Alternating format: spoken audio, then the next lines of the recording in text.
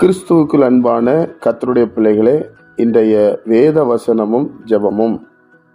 அப்போஸ்தலனாகிய பவுல் கொலோசையருக்கு எழுதின நிருபம் 1ஆம் அதிகாரம் 14ஆம் வசனம்.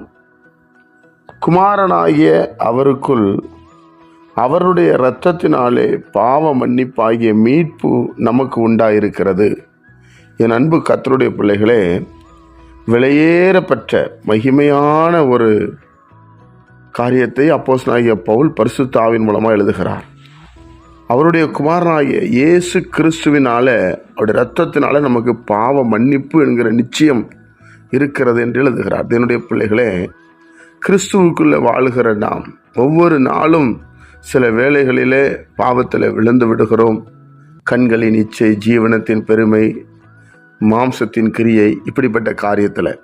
ஆனால் ஆண்டவராய் இயேசு கிறிஸ்து எனக்காக தான் இந்த பூமிக்கு வந்து இரத்தம் சிந்தி மரித்து உயிரோடு எழுந்தார், என்னுடைய பாவங்களுக்காக அவர் மரித்தார் என்று எந்த ஒரு மனிதன் விசுவாசித்து அவருடைய இரத்தத்தை தேவனுடைய பிள்ளைகளே நம்முடைய திருச்சபையிலே ஆலயத்திலே கொடுக்கிறதான கம்யூனியன் சர்வீஸ் அவருடைய இரத்தத்தை பானம் பண்ணுகிறானோ அவனுக்குள்ளே பாவ மன்னிப்பு உண்டாகிறது என்று வேதம் சொல்லுகிறது. அப்போ தேவனுடைய பிள்ளைகளுக்கு நமக்கு ஒரு பெரிய நம்பிக்கை, நாம் செய்த பாவங்கள் எல்லாம் ஆண்டவராய் இயேசு கிறிஸ்துவின் இரத்தத்தினால மன்னிக்கப்படுகிறது.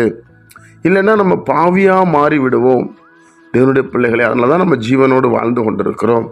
அதனால அவருடைய குமாரனாய் இயேசு கிறிஸ்துடைய இரத்தம், பிதாவாகிய ஒரே குமாரன் ஆண்டவராகிய இயேசு கிறிஸ்து, அதனால தான் அவரை நாம் அறிக்கையிடுகிறோம், அவரை மகிமைப்படுத்துகிறோம்.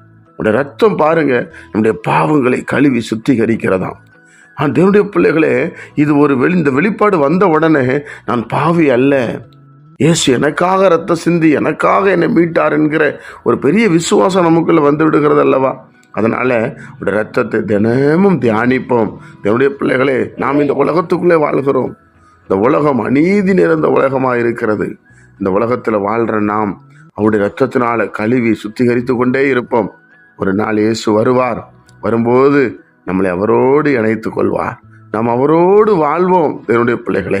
அதனால அவருடைய குமார் நாம் இயேசு கிறிஸ்துவின் ரத்தத்தை விசுவாசிங்க. நமக்கு அற்புதங்கள் அதிசயங்களை தேவன் செய்ய உண்மையுள்ளவராக இருக்கிறார். விசேஷமாய் பாவங்கள் மன்னிக்கப்பட அவர் உண்மையுள்ளவராக இருக்கிறார்.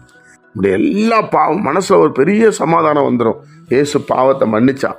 எந்த ஒரு மனிதன் இயேசு கிறிஸ்துவை விசுவாசித்து நம்புகிறானோ அவனுக்கு தான் அந்த நிச்சயம் உண்டாகும். ஜெபிப்போமா?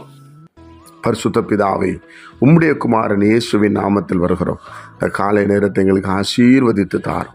கேட்கிற ஒவ்வொரு பிள்ளைகள் மேலே சமாதானம் உண்டாகட்டும், சந்தோஷம் உண்டாகட்டும், மேன்மை உண்டாகட்டும். இதை கேட்கிற பிள்ளைகள் ஆசீர்வதிக்கப்படட்டும். இயேசு கிறிஸ்துவின் மூலம் ஜெபிக்கிறோம் பிதாவே, ஆமென்.